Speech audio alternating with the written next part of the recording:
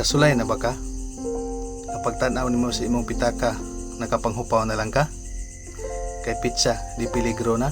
Sakit sa dughan, ang mga bayranan, tubig, kuryente, bayranan sa eskwelahan, utang, usahay di ka katulog, magsige gunahuna. Kung asa ka mukuha, gipalit og bugas pagkaugma. Naturara ng mabalaka ka. Pero, ang kabalaka, walay mabayaran nga utang.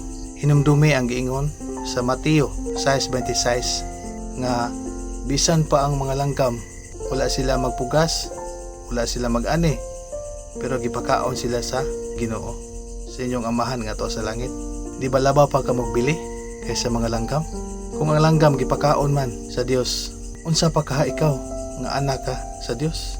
Brothers and sister, buhata ang gusto nimo nga buhaton nga trabaho, pero ayaw ang kuna, ang stress. Kung nagtuo ka nga dili ka pasagdan sa Ginoo, please comment lang sa ubos og amin.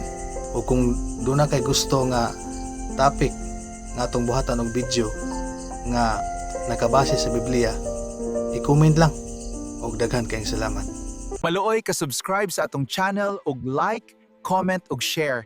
Ang Dios magapanalangin kanimo. Daghang salamat.